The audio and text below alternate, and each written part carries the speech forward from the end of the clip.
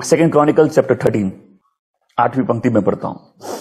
तुम लोगों ने परमेश्वर के राज्य जो दाऊद के पुत्रों द्वारा शासित है हराने की योजना बनाई है। तुम लोगों की संख्या बहुत है और येरोबाम का तुम्हारे लिए बनाया गया सोना और बछड़ा तुम्हारा ईश्वर है। हम इसके पहली पार्ट में खाली फोकस करेंगे। और पहला पार्ट क्या बोल रहा है? क्या तुम परमेश्वर के राज्य को सामना कर सकते हो? हम इतिहास के सीरीज में हैं, सेकेंड क्रॉनिकल्स की सीरीज में हैं, और इस सीरीज में जो एक चीज हम लोग रिव्यू कर रहे हैं कि किसी भी लाइफ को घटने के बाद देखना, ये लाइव कमेंट्री नहीं है। फुटबॉल की लाइव कमेंट्री देखी आपने, और ये बहुत आपने क्रिकेट की लाइव कमेंट्री देखी, राइट? क्योंकि कमेंटेटर को भी नहीं मालूम कि लाइव में क्या होगा, बट जो हिस्टोरियन है उसको ऑलरेडी पूरी लाइफ है रिव्यू करने के लिए। बाइबल बहुत एक ऐसी किताब नहीं है जो परमेश्वर बोले और आदमी लिख दिया, नहीं। कोई ऐसी किताब नहीं है जो ड्रीम में परमेश्वर ने बोला और आदमी ने लिख दिया, नहीं। परमेश्वर के वचन की रचना ऐसी है कि जिन लोगों को परमेश्वर ने इस्तेमाल किया उनकी लाइफ ऐसे गार्डेड थी कि उनके सोच, उनके विचार, उनकी एजुकेशन, उनका बैकग्राउंड, वो सारी चीजें उस राइटिंग में अफेक्ट की। ताकि ये नहीं है कि प्रभु ने बोला तुम ये लिखो, लेकिन जो शब्द और जो तरीके उन्होंने इस्तेमाल किए वो परमेश्वर के गाइडेंस में था। तो जब इतिहासकार किसी के जीवन को देखता है तो अब वो राइट कर रहा है। किस लिए राइट कर रहा है? कि ये बात ये रिकॉर्डेड रहे जनरेशंस के लिए, सारी पीढ़ियां जाने क्या हुआ। और जब वो लिख रहा है वो लाइव देख के नहीं लिख रहा, वो घटी हुई बातों को, जो बातें घटी, मतलब हम इतिहास में देख के, जब आप वर्तमान में किसी स्थिति में होते हैं उस समय कई बार आकलन लगाना मुश्किल होता है कि आप सही कर रहे हो, गलत कर रहे हो, और इसका रिजल्ट क्या होगा। लेकिन आप पीछे घूम के देखते हो तो बहुत सी बातों को हम लोग समझ सकते हैं। यही है इतिहास की सीरीज, जहां एक व्यक्ति का जीवन, उसके एक्शन के कॉन्सिक्वेंसेस। यहोशापात बहुत अच्छा राजा था, लेकिन उसने अपने बेटे की शादी एक दुष्ट औरत से करा दी। कोई सोचेगा कि ये छोटा सा इवेंट है, नहीं, ये छोटा सा इवेंट उसके घर के कितने लोगों का मर्डर करवा देता है। बट परमेश्वर एक चीज के कारण, और वो है अपनी वाचा। हम इस पूरी सीरीज में एक बात बार बार समझा रहे हैं, परमेश्वर हर काम अपनी योजना के अनुसार करते हैं। पर्पस, परमेश्वर की क्या योजना है? क्यों हम लोग किसी और फैमिली के हिस्ट्री के बारे में बात करें? क्योंकि ये फैमिली गॉड के पर्पस में है। और जब किसी व्यक्ति के जीवन में परमेश्वर की योजना होती है, उसके एक्शंस बहुत मायने रखते हैं कि वो अगली पीढ़ी में क्या कंसिक्वेंसेस लेके आएंगे। हमेशा बोलो परमेश्वर पीढ़ियों के परमेश्वर है। आइए, आज का मुद्दा है अबीजा। क्या तुम परमेश्वर के राज्य का सामना कर सकते हो? बुरे से बुरे व्यक्ति में कुछ अच्छी क्वालिटीज मिल जाएगी। अबीजा वही व्यक्ति है, क्योंकि हम पहले राजाओं की 15 अध्याय की 3री पंक्ति में देंगे, 1 किंग्स चैप्टर 3। और ये टीचिंग्स तब फायदा है जब आप पीछे से इन स्टोरीज को पढ़े और उन पे मनन करें, क्योंकि अब आपको बहुत इजीली समझ में आएगा। पहले राजाओं की 15वें अध्याय की 3री पंक्ति में वचन कहता है, उसने वे सभी पाप किए जो उसके पिता ने उसके पहले किए थे। अबियाम अपने पितामह दाऊद की तरह यहोवा अपने परमेश्वर का भक्त नहीं था। मैंने लास्ट टाइम बताया था, इन सारी जनरेशन का गोल्ड स्टैंडर्ड क्या है? दाऊद। मतलब जिसकी भी टेस्टिंग होगी वो दाऊद से होगी। अब एक बात बताओ, दाऊद परफेक्ट था? नहीं। आप बाइबल में सबकी हिस्ट्री बताते हैं। अब्राहम पहले मूर्ति पूजक था, उसके बाद वो झूठ बोलता है, इम्पेशेंट होता है। याकूब के बारे में तो पूरी सीरीज है, इतना टेढ़ा आदमी था, मूसा गुस्से वाला था, दाऊद व्यभिचारी था। व्यभिचारी तो नहीं बोल सकते। कोई आदमी एक बार कभी पी ले, आप उसको पियक्कड़ बोलोगे? पियक्कड़ एक नेचर है कि जिस आदमी के ऊपर अल्कोहल का इतना इन्फ्लुएंस है, मतलब उस इन्फ्लुएंस के अंडर में रहता है। कोई मेरी बात समझ रहा है? मतलब जब कोई सिन नेचर बन जाए, पाप तो सारे पाप है, राइट? लेकिन जब कोई पाप स्वभाव बन जाए, क्योंकि जब आदमी मरेगा तो वह समय से अनंत काल में प्रवेश कर जाएगा। अब उस आदमी के प्राण में अगर अंधेरा है तो उसके पास फिर कोई मुड़ने की वो नहीं है, उसके कपड़े हट गए, वो अनंत काल में नंगा है। अब जो आदमी अंधेरे में है और नंगा है, उसको शर्म आएगी कि नहीं? और जो आदमी महिमा से ढका और नंगा है, उसको शर्म आएगी? नहीं आएगी, नहीं आएगी उसको शर्म। क्योंकि आत्मिक जगत में आप कुछ छुपा नहीं सकते। ये तो कपड़ा, शरीर कपड़ा, यहां तो जो आप हम लोग जितना अच्छा बन जाए, अंदर क्या है वो तो परमेश्वर जानते हैं। मैं सही बोल रहा हूं? तो जिसका स्वभाव वो बन गया, जैसे ही वो अपना शरीर त्यागेगा, अगर वो अंधेरा वो अंधेरे में जाएगा, अगर वो रोशनी है वो रोशनी में जाएगा। उसने वह सभी पाप किए जो उसके पिता ने उसके पहले किए थे। अबियाम अपने पितामह, मतलब अपने जो पैट्रियार्क, वो दाऊद, उसकी तरह यहोवा परमेश्वर का भक्त नहीं था। बट पांचवी पंक्ति पढ़ेंगे, दाऊद ने सदैव उचित ही किया जिन्हें यहोवा चाहता था। उसने सदैव यहोवा के आदेशों का पालन किया। केवल एक बार, मेरे साथ बोलो, केवल एक बार दाऊद ने यहोवा के आदेश नहीं माना था, जब दाऊद ने हित्ती यूरिया के विरुद्ध पाप किया था। तो दाऊद की और पत्नियां थी, वो उसका पाप नहीं था। दाऊद का पाप था किसी और की पत्नी को उसने जब गलत ढंग से लिया और उस आदमी का मर्डर करवाया। तो हम चाहते हैं कि जब परमेश्वर का वचन पढ़े, किसी कमेंटेटर के फिल्टर से नहीं पढ़े, जैसे लिखा है पहले उसको वैसे पढ़े। यहां वचन क्या है? गोल्ड स्टैंडर्ड है डेविड परफेक्ट है? नहीं। डेविड परमेश्वर के दिल से क्यों जुड़ा है? क्योंकि जो परमेश्वर बोले उसने आज्ञा मानी, और उसकी एक गलती थी, उसने सिर्फ एक गलती की थी। दैट मीन्स उसकी सारी मैरिजेस कोई गलती नहीं थी परमेश्वर के आगे। उसका व्यभिचार गलत था, उसका मर्डर करवाना गलत था। इसलिए मैं बोला उन सारी पंक्तियों को विजिट करिए, क्योंकि इस स्टोरी में भी ऐसी कुछ बात है। याद है जब हम योआश की कहानी पढ़ रहे थे, जो यहोयादा के समय ही ठीक था, याद है उसकी कहानी? उसमें क्या लिखा था? और यहोयादा ने उसकी 2 शादी कराई थी। फिर मैं बोलता हूं, जो राजा महाराजा वाला परिवार होता है वो नॉर्मल परिवार नहीं होता। अभी जो हम लोग प्रभु के लोग के पढ़ रहे हैं, ये हम लोग किसी और परिवार के पढ़ेंगे। ये सारे परिवारों के इनके देवी देवताओं के साथ एक वाचा रहती है। ये नॉर्मल फैमिलीज नहीं होती है। मैं इसलिए बोल रहा ना, कोई राजा कोई ऐसे नहीं होता कि इलेक्शन से बनता है। राजा के घर में ही राजा पैदा होता है। यहां ये बात समझ में आई है? अभी तो तभी मैं बात कर रहा हूं कि महान आदमी की पीढ़ियां होनी चाहिए। राजा इलेक्शन से नहीं चुना जाता है। यीशु मसीह को राजा किसी ने बनाया नहीं, वो राजा पैदा हुए जब वो 3 लोग प्रभु से मिलने आए। किस लिए? कि एक राजा पैदा हुआ है। ये राज क्या है? ये इनहेरिटेंस है। दाऊद के परिवार में, बैथलेहम में दाऊद के परिवार में एक बच्चा पैदा हुआ है।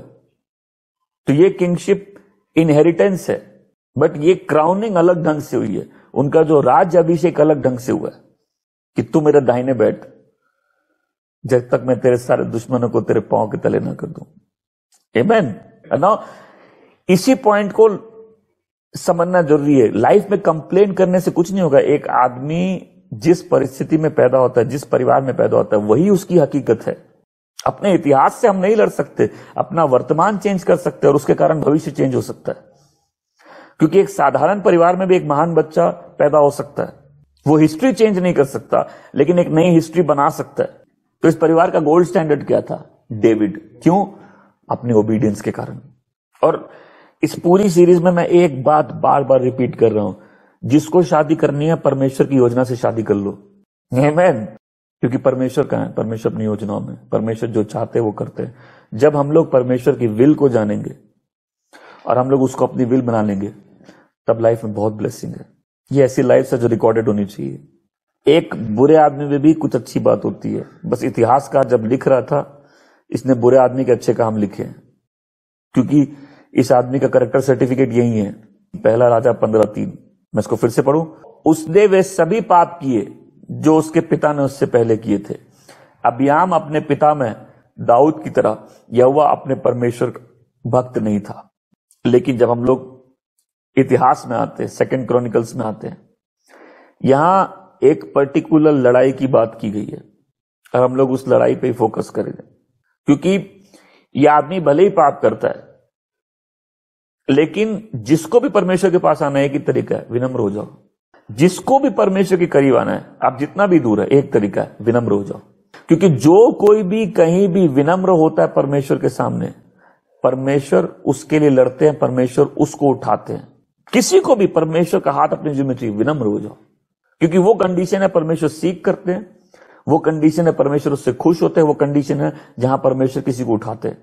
अभी इजराइल का राजा येरोआम, यहूदा के राजा जिसकी हम लोग कहानी पढ़ रहे हैं, अभी जाके विरुद्ध आता है।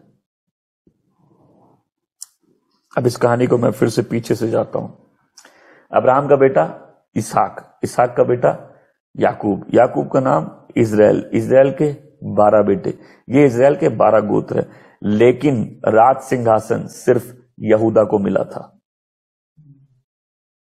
मतलब इन 12 गोत्रों में एक रॉयल फैमिली है, और वो रॉयल फैमिली किसी और गोत्र से नहीं आ सकती। इसलिए जब लोगों ने बोला हमको राजा चाहिए, पहले परमेश्वर ने किसको बनाया राजा? सौल को। लेकिन उससे पहले भविष्यवाणी क्या थी कि राजदंड यहूदा में रहेगा, यहूदा के पास रहेगा। उसके बाद यहूदा के घराने से दाऊद को बनाया जाता है। और इस आदमी के फेथफुलनेस, इस आदमी की ओबीडियंस के कारण परमेश्वर क्या बोलते, प्रॉमिस देते, तुम्हारा राज सिंहासन तुम्हारे घर में सदा बना रहेगा। क्या हम लोग इस ब्लेसिंग को, हर चीज को नाप होता है ना, इस ब्लेसिंग को नापने की कोशिश करें। एक आदमी को बोलो तुम्हारी रॉयल फैमिली अनंत काल के लिए। देखो सुनो बात सुनो, जो जिसका बच्चा पैदा होता है वो उसी का बच्चा पैदा होता है, राइट? प्रभु दाऊद को बोल रहे तुम्हारे घर में कंडीशन चेंज नहीं होगी, राज सिंहासन तुम्हारे ही घर में रहेगा। अब समझो, इजराइल 11 गोत्र है, यहूदा एक गोत्र है। दाऊद के समय ये 12 गोत्र एक राष्ट्र था, वो इन 12 गोत्रों का राजा था। लेकिन सुलेमान की मृत्यु के बाद ये राज्य 2 भाग में बढ़ जाते हैं, जहां यहूदा जो दक्षिण में था एक अलग राज्य हो जाता है और इजराइल एक अलग राज्य हो जाता है। अब मान के चलो इजराइल का राजा बहुत सुंदर है, इससे कोई फर्क नहीं पड़ता। इजराइल का राजा बहुत सामर्थ्य है, इससे कोई फर्क नहीं पड़ता, वो परमेश्वर ने उसको नहीं बनाया। आप कितनी अच्छी सेवा कर सकते हो, उससे कोई फर्क नहीं पड़ता अगर परमेश्वर ने आपको सेवा में नहीं बुलाया तो। एक औरत मेरे को बोली थी मैं प्रचार करती हूं, हम बोले तुम क्या कर सकती हो वो सवाल ही नहीं है। मैं तो मानता हूं तुम आदमियों से अच्छा प्रचार कर सकती हो, प्रभु ने तुमको क्या करने बोला वो मैटर करता है। करने को आप क्या नहीं कर सकते, लेकिन क्या बोला गया करने वो इंपॉर्टेंट है। कोई मेरी बात सुन रहा है? तो जब इजराइल यहूदा से लड़ रहा है तो स्वाभाविक सी बात है परमेश्वर किसके साथ है? परमेश्वर उसके साथ है जो परमेश्वर के साथ है। क्योंकि परमेश्वर प्रॉमिस किए। क्या प्रॉमिस किए? यहां 3 चीज हम देखेंगे, वाचा, आराधना और याजक। हमेशा बोलेंगे वाचा, आराधना और याजक। परमेश्वर किसके साथ है? यहूदा के साथ। क्योंकि बाइबल में लिखा है परमेश्वर ने इजराइल को डिवोर्स सर्टिफिकेट दे दिया था। मतलब जब असीरिया के लोग उत्तर के राज्य में अटैक करते हैं, ये राज्य पूरी दुनिया में तितर बितर हो जाते हैं और ये कभी वापस नहीं आते। वो डिवोर्स कंप्लीट था। अब जो इजराइल है वो कौन है? वो यहूदा का घराना इजराइल की बात हो रही है। क्योंकि जब इनको परमेश्वर बंधन में डालते, ये 70 साल के बाद वापस आते हैं और इसी घराने में प्रभु यीशु पैदा होते हैं। बाकी सारे लोग दुनिया में फैल के मिक्स हो गए थे इजराइल के, लेकिन ये यहूदा घराना था। 2 बहनें बोली परमेश्वर ने, इजराइल और यहूदा। तो इजराइल को परमेश्वर ने रिजेक्ट कर दिया। क्यों? अगर हम लोग इन स्टोरीज में पीछे जाएंगे तो इजराइल के सारे राजा दुष्ट थे, लेकिन यहूदा में कुछ अच्छे राजा थे। तो हम लोग इसी अब दूसरे इतिहास में इस 13वें अध्याय में थोड़ा आगे जाएंगे, इनकी लड़ाई होती है और इसकी 4 लाख की सेना होती है, उसके बदले इजराइल 8 लाख सेना से इसके विरुद्ध आता है। हम चौथी पंक्ति से पढ़ेंगे। तब अबिया अप्रैम ने पर्वतीय प्रदेश में समारैम पर्वत पर खड़ा हुआ।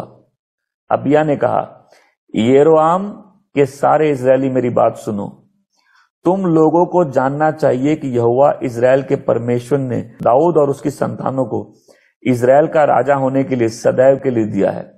यहोवा ने दाऊद को यह अधिकार नमक वाली वाचा के साथ दिया, किंतु येरोबाम अपने स्वामी के विरुद्ध हो गया। तो पहले लड़ाई में यह बोल देता है कि परमेश्वर ने वाचा दाऊद के घर के साथ बांध दी है।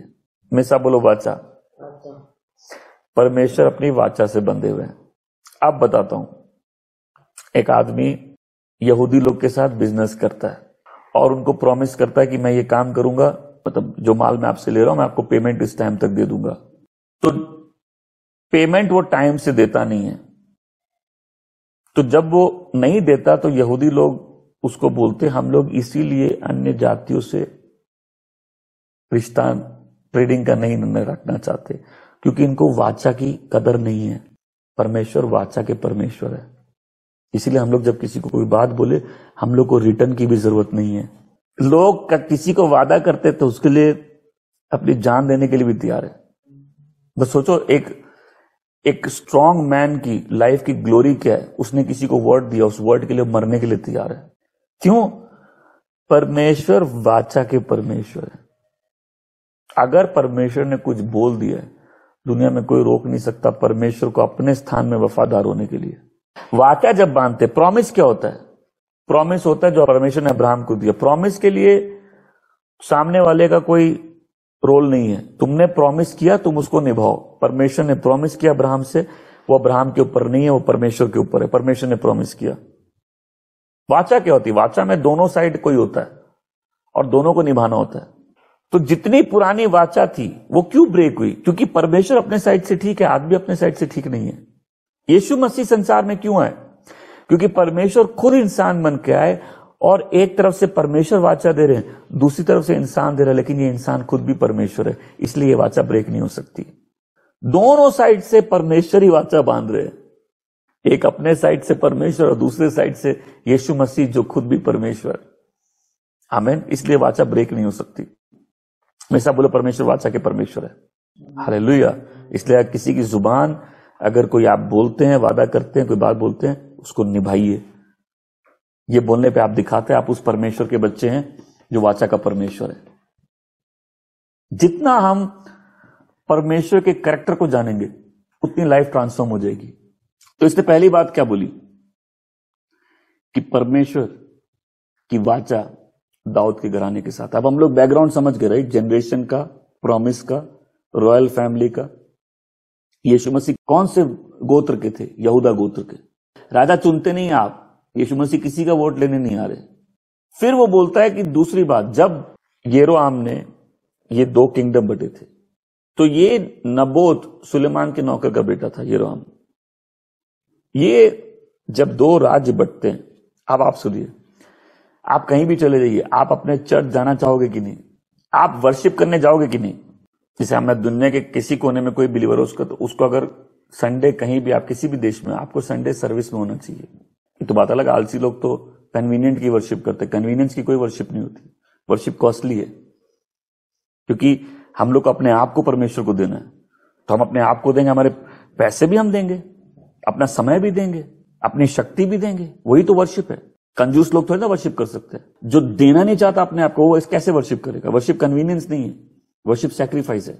फर्ज करिए आप अमेरिका में, तो आप क्या बोलेंगे? संडे के दिन आप चर्च नहीं जाओगे क्योंकि आप अपने चर्च में नहीं है? नहीं, आप किसी भी चर्च में आप जाओगे। जो चर्च आपको लगता है सही वचन प्रचार कर। कितने लोग महीनों महीनों, सालों सालों बिना चर्च के रहते, बोलते कोई अच्छा चर्च है नहीं। तुम वहां नहीं हो इसीलिए नहीं है। अच्छा, वो अभी तक अच्छा है शायद। कोई परफेक्ट चर्च तो नहीं है ना। अगर चर्च हमारे ऐसे लोगों से बना तो परफेक्ट हो सकता है। तो एक प्रभु का बच्चा कहीं भी होगा, जो आराधना का दिन होगा, उसको वर्शिप में पार्ट लेना है। आपको याद है सामरी स्त्री को प्रभु ने बोला था, वो बोलती हम पहाड़ पे आराधना करते हैं, आप यरूशलेम में करते हैं, मंदिर में करते हैं। कौन सही है? प्रभु बोलते हैं, प्रभु उसको बोल भी देते हैं कि यहूदी सही है, तुम सही नहीं हो, लेकिन बोलते हैं कि सच्चा वो समय आ गया है जहां परमेश्वर की आराधना आत्मा और सत्य में होगी। तो जीसस ने वर्शिप का सिस्टम क्या कर दिया कि ट्रू वर्शिप लोकेशन में नहीं है, ट्रू वर्शिप स्पिरिट और ट्रुथ में। ये समझ में आ रहा है? लेकिन पुराने विधान में वर्शिप की एक ही जगह थी, मंदिर। ज्यादा जब यीशु मरते हैं मंदिर का पर्दा फट जाता है। क्यों? वो ग्लोरी जो अब उस अति पवित्र स्थान में थी, अब वो ग्लोरी वहां तक लिमिटेड नहीं है, वो इंसान के अंदर भी अब वास करेगी यीशु मसीह के द्वारा।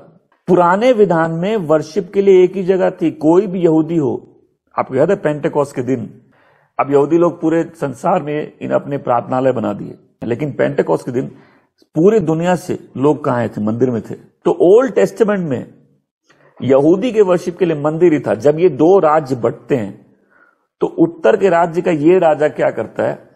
ये अपना मंदिर बनवा देता है जहां गाय बैल की आराधना होती है, अपने याजक बना देता है, वर्शिप का सिस्टम बनाता है। क्यों? क्योंकि अगर लोग यरूशलेम जाएंगे वर्शिप करने तो उनका दिल वापस जुड़ जाएगा यहूदा से। क्योंकि अगर ये जब दो राज्य बटे तो वर्शिप ऐसी चीज है लोगों को एक कर देती है। हालांकि मैं देखता हूं अभी भी लोग चर्चेस में भी लड़ाई करते रहते हैं, तो प्रभु के बच्चों की तरह नहीं रहते, शैतान के बच्चों की तरह रहते हैं।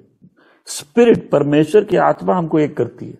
हम एक घर से नहीं है, एक रंग के नहीं है, एक ओहदा नहीं है, एक जुबान नहीं है, सब कुछ अलग है, लेकिन कनेक्टिंग पॉइंट क्या है? प्रभु की स्पिरिट। और जहां प्रभु की स्पिरिट है वहां यूनिटी भी होनी चाहिए।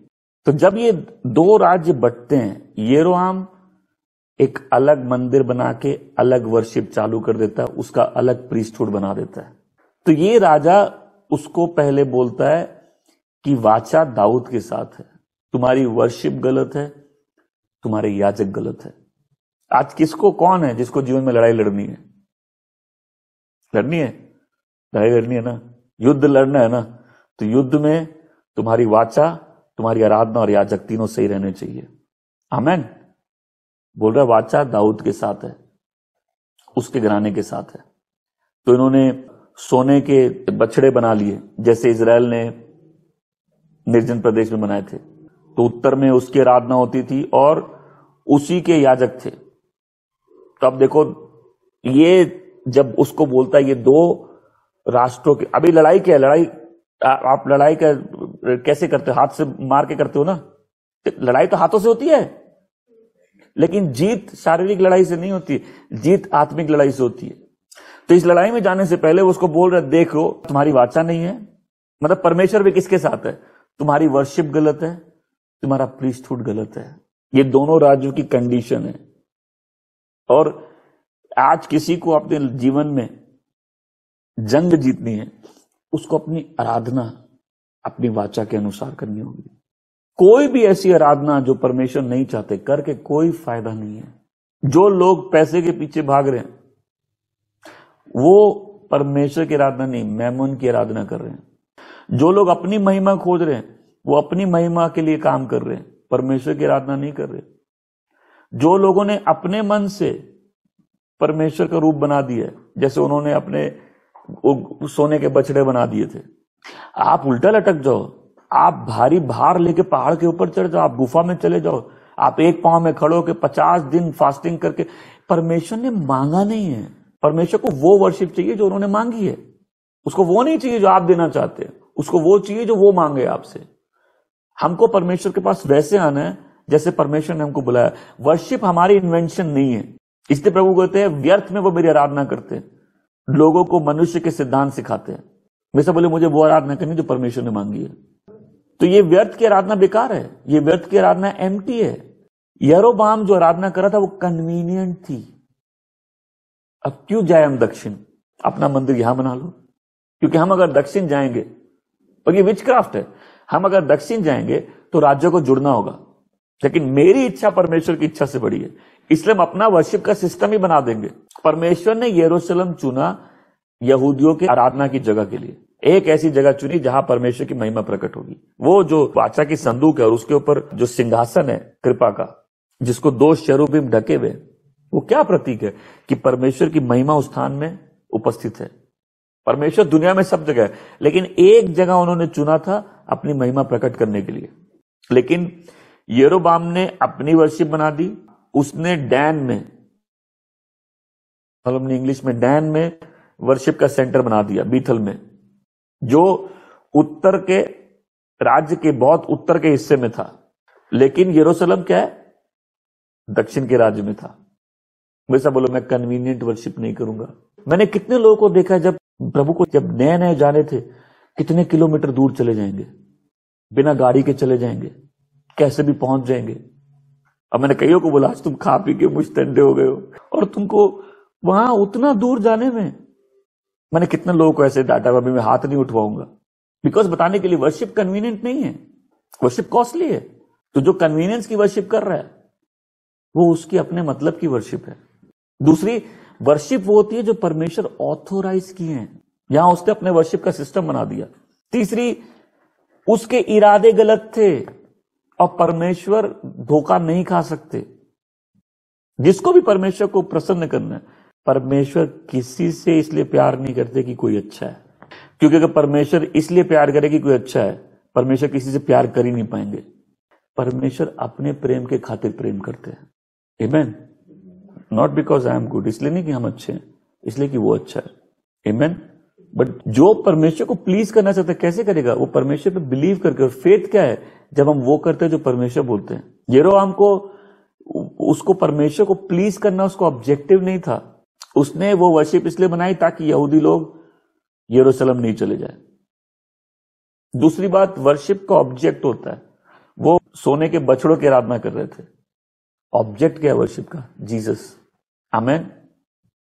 फिर वर्शिप में गलत मेथड यूज किए, गलत याजक यूज किए, गलत पर्व मनाए गए, गलत वेदियां लगी गई। पहला राजा 12:33 में लिखा है कि ये आराधना उसके मन की उपज है, और बहुत से लोगों की आराधना उनके मन की उपज है। इसीलिए वो चर्च का पार्ट नहीं बनना चाहते, इसीलिए वो किसी लीडरशिप के अंडर नहीं रहना चाहते, क्योंकि वो वर्शिप अपने ढंग से करेंगे। अगर आपको जिंदगी में एक ही उपलब्धि मिली है पास्टरों की बुराई करने के लिए, तो प्रभु आप पे दया करे। कई लोगों की ले दे की उपलब्धि है कि उन्होंने बड़े गालियों के साथ पास्टरों को उपाधियां दी है। क्यों? क्योंकि वो सबमिशन में किसी चर्च में नहीं रहना चाहते। आप सालों से चर्च नहीं जाते, कोई बात नहीं, आप नहीं जाते, आपसे पूछो तो बोल मैं तो प्रभु से प्यार करता हूं। ठीक है, तुम्हारा प्यार क्या करेंगे, बेचेंगे हम लोग? इस प्यार का क्या करें? क्या हम आराधना अपने ढंग से करेंगे? नहीं, आराधना परमेश्वर के ढंग से होगी। आमेन। वर्शिप वैसे होगी जैसे परमेश्वर मांगे। हालेलुया। हम लोग क्यों गैदर होते हैं? क्योंकि हमको गैदर होने का कमांड है। आमेन। फिर सोचो, जो जिस वेदी से खाता है उसी वेदी से वो जीता है। जो बच्चे गैदर नहीं होते वो कम्युनियन में भी हिस्सा नहीं लेते। चर्च सर्विस की कितना इंपॉर्टेंट पार्ट है कम्युनियन जब हम लेते हैं। तो बोलो मुझे कन्वीनियंट वर्शिप नहीं करनी, मुझे ट्रू वर्शिप करनी है। आमेन। फिर ये वर्शिप का फीस्ट अलग, इनके पर्व अलग, इनका अल्टर अलग, इनका प्रीस्टहुड अलग, इनका मेथड अलग, और ये सब रॉन्ग। इनकी अथॉरिटी रॉन्ग। क्यों? अथॉरिटी कहां से है? उसके अपने मन से उसने ये वर्शिप ईजाद की। और बहुत से लोगों की वर्शिप वही है जो उन्होंने अपने मन से ईजाद की है। हमको वैसे वर्शिप करनी जैसे परमेश्वर मांगे। तो ये यरोबाम जो राजा होता है वो दुष्टता करता है और इजराइल से भी पाप करवाता है। वो वर्शिप के सिस्टम को करप्ट कर देता है। कितनी जगह इंसानों के तरीकों का प्रचार होता है।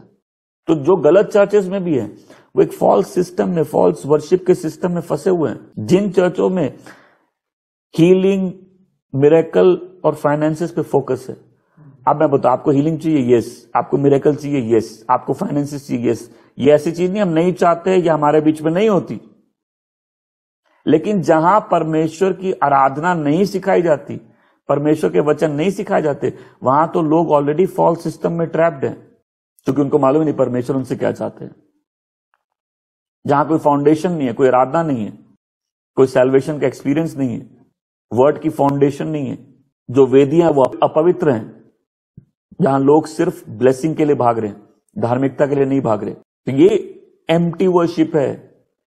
जहां प्रार्थनाओं में भी कोई चीख नहीं है, जहां कम्युनियन नहीं है, जहां परमेश्वर से रिश्ता नहीं है, जहां लोग भाषा में बोल रहे लेकिन ग्लोरी नहीं है, एक अलग सिस्टम है। हालेलुया। तो ये राजा यहूदा का बोलता है, हम वाचा के अनुसार है, हमने उसकी आराधना को नहीं छोड़ा है और हमारा वर्शिप का सिस्टम सही है। किसको जंग जीतनी है? लड़ाई शारीरिक थी लेकिन जीती आत्मिक तरीके से जाती है। आमीन। बोल रहे हम 4 लाख है, तुम 8 लाख हो, बट हम परमेश्वर की वाचा में, हमारे वर्शिप का सिस्टम सही है, हमारे याजक परमेश्वर की ओर से। आमीन। और उसको बोलता है जहां तक तुम्हारी बात है, तुमको परमेश्वर ने त्याग दिया। और बोलता है कि क्या तुम परमेश्वर के राज्य से लड़ सकते हो? और वही जब 8 लाख की सेना आती है और 2 हिस्सों में बट के आगे और पीछे से अटैक करती है, तो वचन कहता है और वो परमेश्वर को पुकारते, पूरे यहूदा के लोग चिल्लाते हैं और उस दिन 5 लाख लोग इजराइल के मारे जाते हैं। 2 क्रॉनिकल्स चैप्टर 13 वर्स 20 और 21, दूसरा इतिहास 13 का 20 और 21। यरोबाम पर्याप्त शक्तिशाली फिर कभी नहीं हुआ जब तक अबिय्याह जीवित रहा। यहोवा ने यरोबाम को मार डाला। हम लोग जब बाइबल पढ़ते हैं, हम लोग उसके वर्ड को चेंज करना चाहते हैं, मतलब चेंज करना चाहते हैं, हम लोग परमेश्वर को अच्छा दिखाना चाहते हैं। शेर की कोई भी तरफदारी नहीं करता, शेर अपने लिए खुद लड़ता है। जैसा शब्द लिखा वैसे पढ़ो। परमेश्वर ने यरोबाम को मार डाला, किंतु 21वीं पंक्ति, अबिय्याह शक्तिशाली हो गया, उसने 14 स्त्रियों से विवाह किया और वो 22 पुत्रों और 16 पुत्रियों का पिता था। कॉन्ट्रास्ट देखो ना, 2 लोग लड़ाई पे जाते हैं, एक के पास 8 लाख की सेना, एक के पास 4 लाख की, लेकिन एक के पास सही सिस्टम है वर्शिप का, एक वाचा से आया। आमीन। एक के पास सही प्रीस्टहुड है, वो उस पर जय पाता है जिसके पास ज्यादा लोग हैं। अब बोलता है क्या तुम परमेश्वर के राज्य से लड़ सकते हो? हालेलुया। और अंत क्या होता है? एक को परमेश्वर बर्बाद कर देते हैं और दूसरा शक्तिशाली होता है। अब शक्तिशाली का गुणगान कैसे लिखा है कि उसकी 14 पत्नी होती है, 22 बेटे होते हैं और 16 पुत्रियां होती है। क्या हम लोग अपना वर्शिप का सिस्टम ठीक करना है? जो गलत वर्शिप है वो आदमी पे आधारित है, जो सही वर्शिप है वो गॉड पे आधारित है। आमीन।